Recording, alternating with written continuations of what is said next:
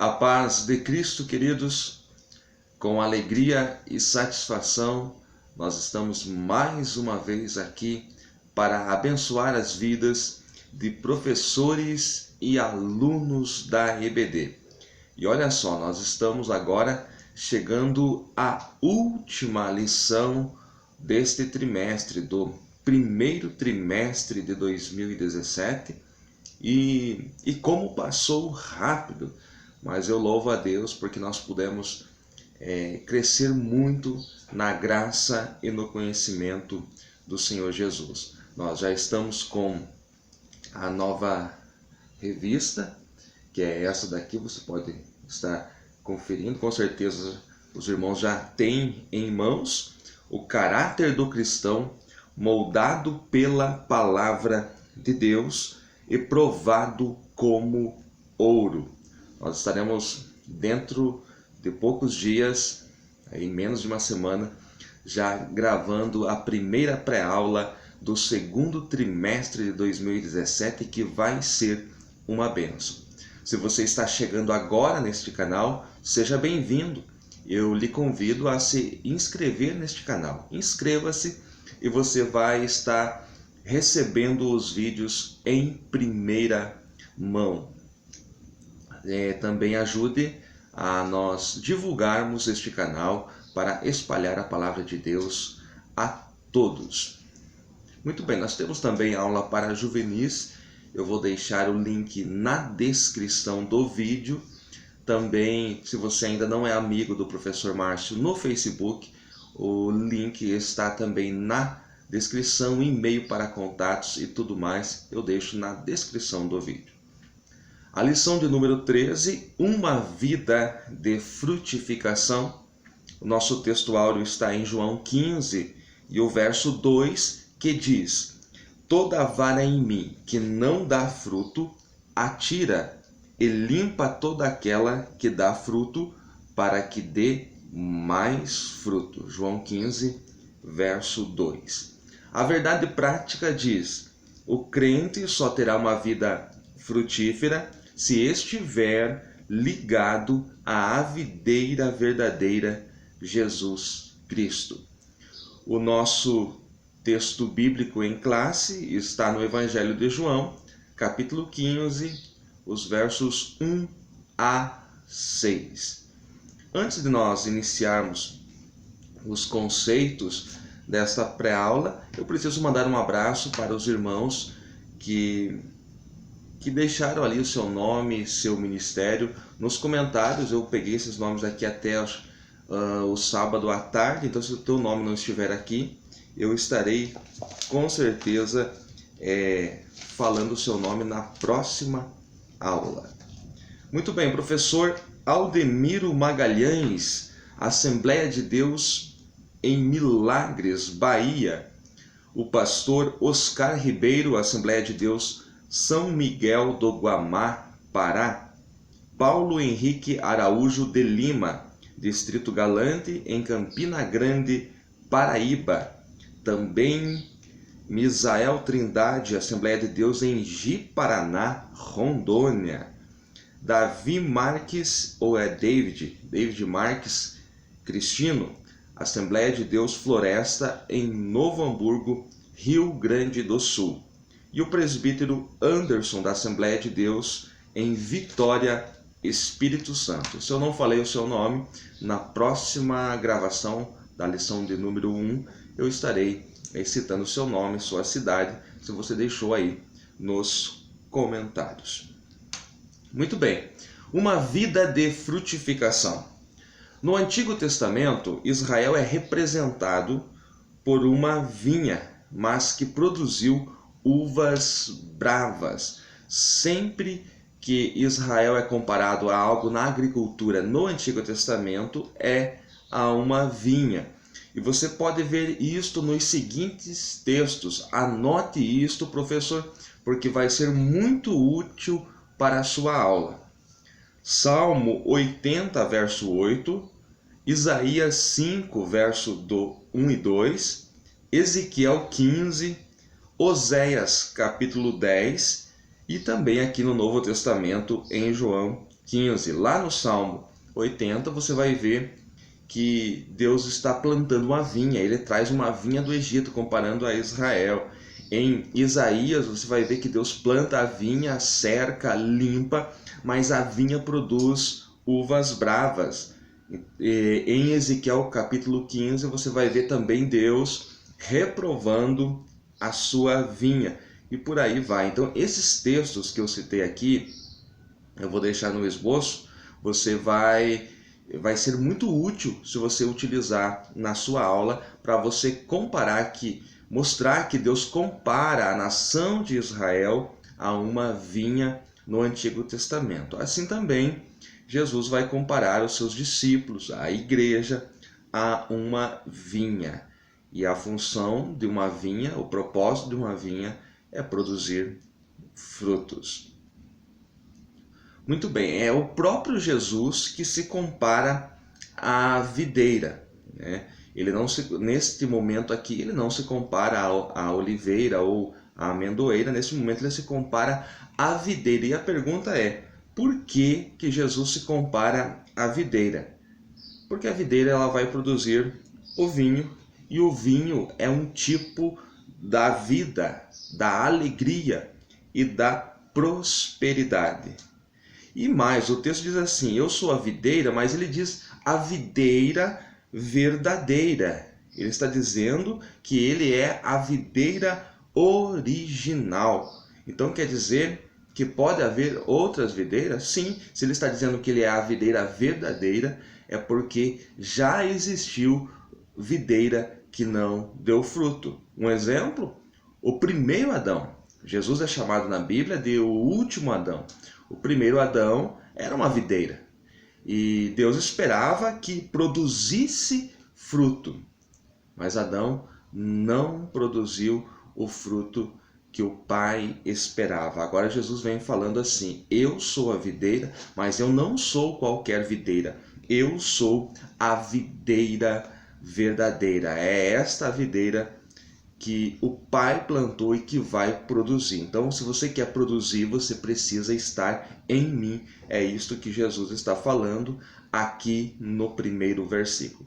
O que nós vamos fazer nesta pré-aula é analisar rapidamente estes 6 versículos, de maneira que eles possam ampliar aí os conceitos que você, como professor, já tem. E você vai expandir esses conceitos e com certeza será uma bênção. Então aí, no primeiro versículo, você já pode trazer esse conceito do porquê que Jesus se compara à videira, que produz o vinho, e o vinho é um tipo da alegria, é tipo de vida, é tipo de prosperidade. Então são conceitos que você pode ampliar. E mais, que Jesus é a videira original, é a videira verdadeira. E o Pai é o lavrador.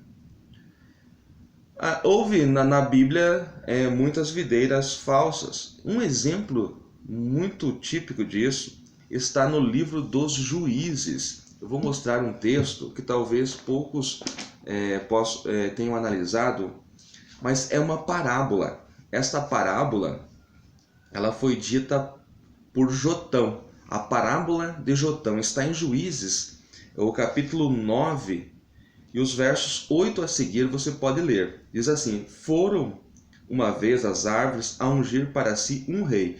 Então aqui você vai ver, nesta parábola, que as árvores do bosque vão ungir um rei e vão falar com a oliveira vai dar a sua desculpa, vão falar com a figueira também vai se esquivar, até que eles chegam na videira. Verso 12, Juízes 9, verso 12. Então disseram as árvores à videira, vem tu e reina sobre nós. Porém, a videira lhes disse, deixaria eu o mosto que alegra a Deus e aos homens, e iria pairar sobre as árvores? Então todas as árvores disseram ao espinheiro, vem tu e reina sobre nós. Então você pode ver aqui que a videira, na parábola de Jotão, ela se esquiva, ela diz, deixaria eu o mosto, deixaria eu a alegria, né? O prazer de alegrar os homens e iria reinar sobre vocês. ela se esquiva e não quer reinar. A videira aqui, na parábola de Jotão, não quer reinar. Então, eles vão até o espinheiro, e o espinheiro acaba reinando sobre as árvores do bosque. Você vai conhecer essa história que Jotão está falando ali dentro do contexto que a nação está vivendo. Então, tomando aqui a parábola da videira falsa de Jotão aqui, nós podemos comparar com a videira verdadeira. E aqui eu estou utilizando alguns conceitos que estão no comentário da Bíblia Revelada, a Bíblia Revelada do pastor Alderi Nelson Rocha. Então, alguns conceitos que eu vou falar a partir de agora estão aqui em João 15. É uma das melhores Bíblias de estudo. Se você ainda não conhece a Bíblia Revelada Ômega, pastor Alderi Nelson Rocha. Muito bem, a videira falsa aqui da parábola de Jotão, ela amava a sua doçura. Ela amava a sua doçura de maneira que não quis reinar sobre os homens.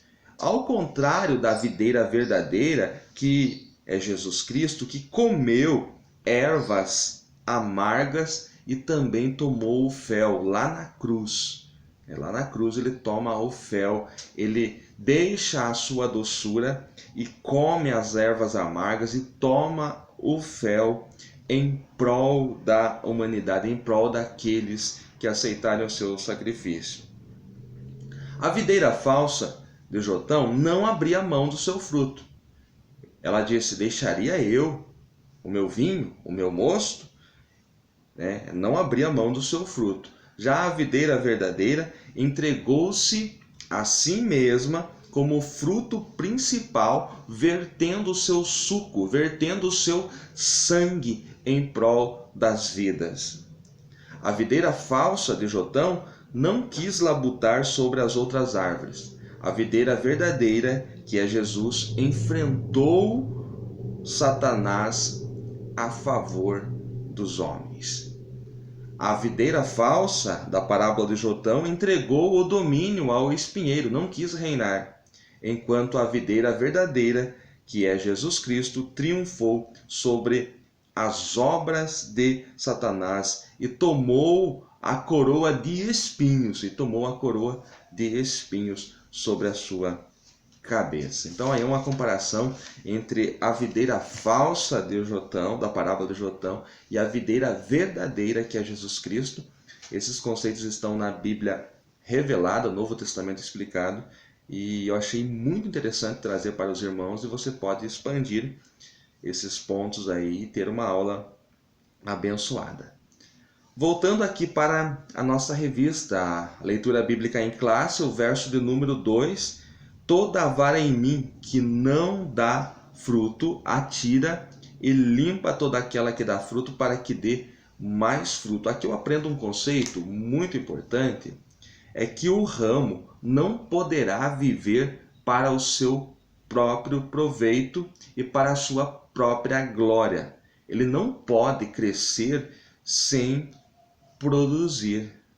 Então é muito estranho hoje quando muitos querem estar ligados à videira verdadeira, que é Jesus, querem fazer parte de uma instituição religiosa, mas não querem produzir. Se contentam em ter o seu nome em um hall de membros, em um hall de obreiros, ter uma credencial do ministério ao qual estão inscritos.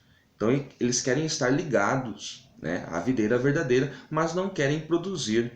Se ele não produzir para o reino, ele vai acabar produzindo para si mesmo. E isto é roubar a glória de Deus. Então o ramo não poderá viver para o seu próprio proveito, não poderá viver para a sua própria glória. Todos os ramos que estão ligados à videira verdadeira, eles estão ali para produzir frutos para o reino de Deus. Nós, os ramos, existimos para a glória da videira, que é Jesus Cristo. Este é um conceito muito importante que você pode levar para a sua aula. Não se pode roubar a glória do Senhor. Não basta produzir, os ramos devem estar limpos. Então, aquele ramo que produz, ele é limpo para que dê mais fruto. E esta parte da poda, esta parte do corte, né, é a parte que dói. Porque às vezes o pai, que é o lavrador, ele está podando, ele está te cortando e você está sentindo a dor. Tá entendendo? Esses momentos de aflições, esses momentos de prova que talvez você, como aluno da EBD, como professor, no seu ministério você tem passado, é o momento em que o pai, que é o lavrador, ele está podando, ele está cortando, mas ele está fazendo isso para que você produza mais. Então não reclame, não desvie o seu foco, não perca o foco, porque você é um ramo frutífero, e ramo frutífero, ele é limpo, ele é cortado para que dê mais fruto. Não basta produzir, os ramos devem estar limpos. Esta parte é difícil, mas é desta maneira que os ramos produzem mais. Verso 3: vós já estáis limpos pela palavra que vos tenho falado. Como podemos estar limpos? Como somos podados? Pela palavra. À medida que nós estamos aqui na escola dominical, nos cultos de crescimento espiritual, cultos de estudo bíblico, não sei como se chama aí na sua igreja, na sua região, mas é nesses cultos, é nesses momentos de devocional em casa, é aqui no YouTube, quando você está abrindo mão do seu tempo para ouvir a palavra ministrada, é nesses momentos em que nós estamos sendo limpos pela palavra. Só podemos ser limpos pela água, que é a palavra. Você não pode perder de vista que nós estamos em João 15. João 13 até João capítulo 17, ele acontece numa única noite. Então, esse episódio aqui, ele começa lá em João 13. O que tem lá em João 13? O episódio do lava-pés. Quando Jesus toma a água, a bacia, e deseja lavar os pés dos seus discípulos. Aí Pedro diz: de maneira nenhuma, Senhor, lavará os meus pés? De maneira nenhuma. Jesus diz: se eu não te lavar, você não tem parte comigo. Aí Pedro diz: então, Senhor, então não só os pés, mas o corpo todo, a cabeça. E Pedro não sabia que Jesus está ensinando ali algo espiritual. O corpo somos nós, a igreja. A cabeça é o próprio Cristo. A cabeça não necessita ser lavada. Jesus está ensinando ali, com a água, com a bacia e com a toalha, Jesus está ensinando princípios espirituais. Pedro não está entendendo, mas Jesus diz para Pedro: vocês já estão limpos. De que maneira que eles estavam limpos? Eles estavam limpos pela palavra que Jesus havia ministrado aos corações deles durante esses 3 anos e meio de ministério. De que maneira podemos estar limpos? Somente pela palavra de Deus. Não importa se você tenha 10, 20 ou 30 anos de ministério, continue sendo limpo, continue abrindo a palavra, estudando a palavra, se alimentando da palavra, falando da palavra. Desta maneira, você vai ser um ramo que vai estar limpo pela palavra de Deus. Verso 4: e aqui está o segredo: estai em mim e eu em vós. Esse é o segredo do texto. Em outra versão, eu creio que na atualizada, diz: permanecei em mim. Permanecer quer dizer estar intimamente ligado. Estar ligado intimamente é a tradução da palavra permanecer no original grego, se refere a estar ligado intimamente. Permanecer. Este é o propósito de Deus, que estejamos mais e mais com Ele. O reverendo Hernandes, ao comentar este verso, ele diz que o propósito de Deus não é que nós façamos mais para Ele, mas que nós estejamos mais nele, mais com Ele. Então, o propósito de Deus não é que você faça mais a obra, mas que você esteja mais nele, com Ele, usufruindo da intimidade com Ele. Porque às vezes nós estamos fazendo a obra, estamos tão agitados em fazer coisas para Deus, em fazer coisas para o Senhor, que nós acabamos deixando o Senhor em segundo lugar e acabamos amando mais a obra do que o Senhor. Pense nisso. Estai em mim e eu em vós. Permanecei em mim. Este é o segredo deste texto. É impossível um ramo produzir por si mesmo. Olha só, o verso diz assim: assim também vós, voltando aqui um pouquinho, como a vara de si mesmo não pode dar fruto, se não estiver na videira, assim também vós, se não estiverdes em mim. É impossível um ramo produzir por si mesmo. Como que vai? Se o ramo for cortado da videira, de que maneira ele vai produzir? De onde vem a vida? O homem não pode ter vida por si próprio, de maneira nenhuma. Se ele for cortado da videira, ele morre. Quando Deus criou o homem, ele criou um boneco. Tinha um boneco de barro. Mas de onde viria a vida? O espírito de vida, ele veio do próprio Senhor. Quando o Senhor soprou-lhe as narinas, aí a vida veio. Estava ali, um boneco de barro, mas não tinha vida. A vida vem do Senhor. A vida vem da videira verdadeira. Verso de número 5. Sem mim nada podereis fazer. Aqui tem um conceito muito importante. O tronco vive sem determinado ramo, mas os ramos não vivem sem o tronco. Vou repetir isso. O tronco vive sem determinado ramo, mas os ramos não vivem sem o tronco. E é interessante que em determinados momentos, alguns evangélicos pensam que podem viver sem o tronco, que o ramo é mais importante que o tronco. Isso aqui é algo para se pensar. Então deixa-se a videira verdadeira de lado e tenta viver por si só. Isto é ilusão.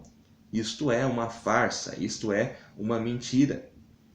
Veja se esta não é a realidade da igreja brasileira, que tem tentado viver um evangelho sem a presença do Cristo, sem a presença da videira verdadeira, sem estar intimamente ligado, sem permanecer nele. Esta é a realidade da igreja brasileira, que cresce a cada dia em número, mas a cada dia é mais fraca em poder, em unção, em graça, em intimidade com o Senhor. Não quero entrar em detalhes aqui, mas lembre-se, o tronco vive sem os ramos. Se um ramo for cortado, o tronco permanece lá. Mas os ramos, o ramo não pode viver sem o tronco. Isto é algo para se pensar. Verso 6. Quem não permanece nele não produz fruto. Então é lançado fora da vinha, seca-se e é lançado no fogo. Quem não produz fruto vai ser cortado e só vai servir como combustível para o fogo. Veja o que diz o verso 6. Então, se alguém não estiver em mim, será lançado fora como a vara, ou em outra versão, como o ramo. Aqui Jesus tem em mente algo lá da eternidade. Se alguém não estiver em mim, será lançado fora, como o ramo. Ele está se referindo a um ramo específico. Aqui Jesus se refere a algo acontecido na eternidade. Ezequiel falou a respeito deste ramo. Em Ezequiel, capítulo 31, o anjo de luz, é conhecido na Vulgata como Lúcifer, mas seu nome é melhor traduzido como luzeiro, ele é o ramo. Ele era, em Ezequiel 31, a árvore frondosa que estava no meio do bosque, que se elevou acima das demais. Veja bem, Ezequiel, não somente no capítulo 28, ele fala do anjo de luz, aquele que veio a cair, mas também no capítulo 31, se você ler o capítulo 31 de Ezequiel, você vai ver que a árvore em questão ali era o luzeiro, que se considerava a árvore mais importante do jardim. E você pode ver ali que há uma referência ao Éden. Assim como no capítulo 28 de Ezequiel, estavas no Éden, versículo 13, no capítulo 31 também há uma referência que esta árvore frondosa estava no Éden de Deus. Não era o Éden de Adão, era o Éden de Deus, o Éden celestial. Então, no capítulo 31 de Ezequiel, é uma referência clara ao anjo de luz, que queria viver para a sua própria glória, com a glória que Deus lhe deu. Vou repetir. Este anjo de luz, ele queria viver para a sua própria glória, com a glória que Deus lhe deu. Então, quando Jesus diz assim, se alguém não estiver em mim, será lançado fora, depois da vírgula ele diz assim, como o ramo, e secará.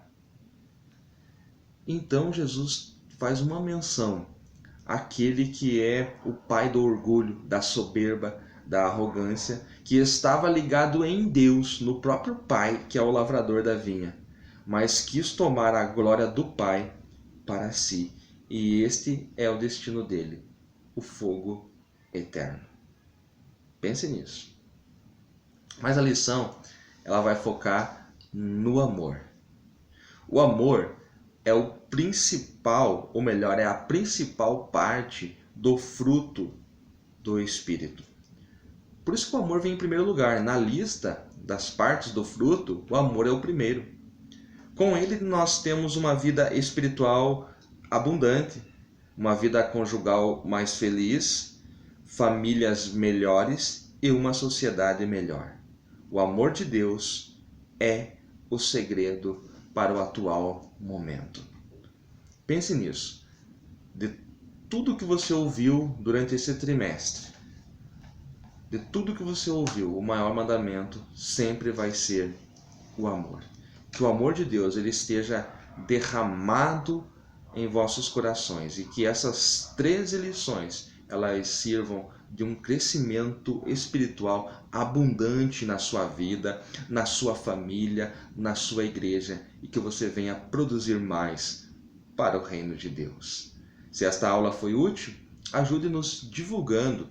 Inscreva-se neste canal para que você receba em primeira mão os nossos vídeos e que Deus venha lhe abençoar ricamente. E em breve nós estaremos já com a primeira lição do segundo trimestre. Que Deus abençoe a todos.